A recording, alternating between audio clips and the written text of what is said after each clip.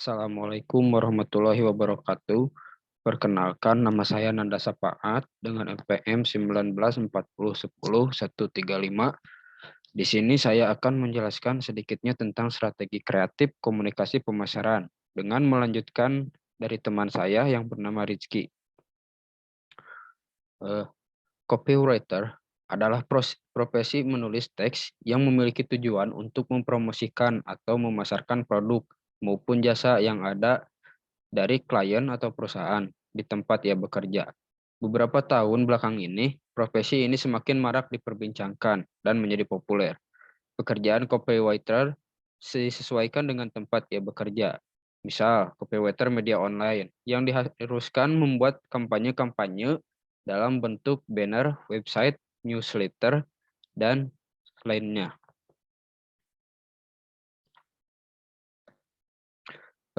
Proses kreatif meliputi brief klien. Di sini pihak agensi menerima brief dari klien berupa segala macam informasi baik internal maupun eksternal yang berkaitan dengan produk atau jasa yang akan diiklankan. Kemudian internal brief, review internal dalam agensi untuk mendeskripsikan kembali keinginan-keinginan klien dalam iklannya dan penyatuan visi antar departemen. Misalnya seperti media, AI, dan kreatif. Kemudian brainstorming, di sini mendiskusikan brief klien dengan menemukan big idea.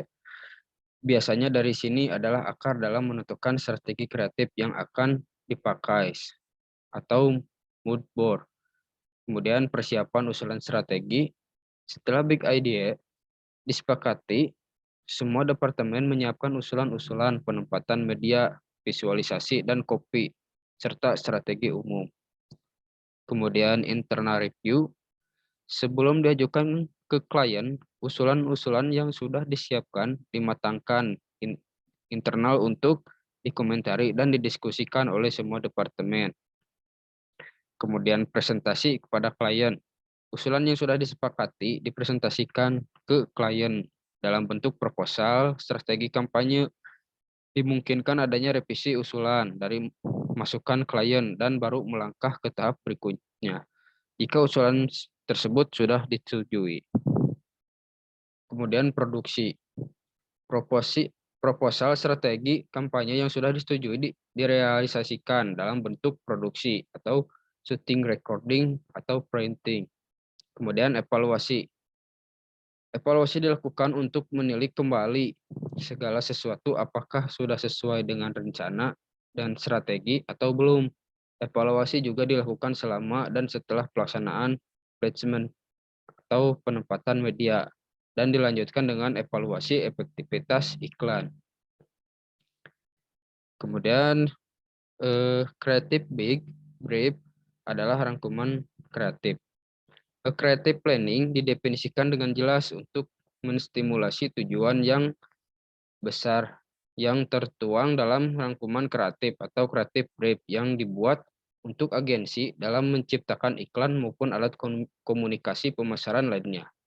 Hal-hal yang biasa terdapat dalam sebuah rangkuman kreatif atau creative brief yaitu pertama tujuan yaitu aspek pertama yang paling penting sebelum merumuskan strategi perikanan adalah sebuah sasaran atau tujuan. Kedua, menyatakan masalah pemasarannya. Biasanya ditemukan setelah dilakukan analisis SWOT. Ketiga, target audience.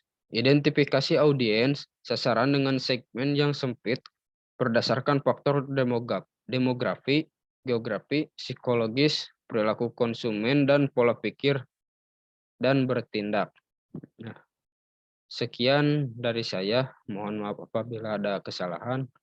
Wassalamualaikum warahmatullahi wabarakatuh.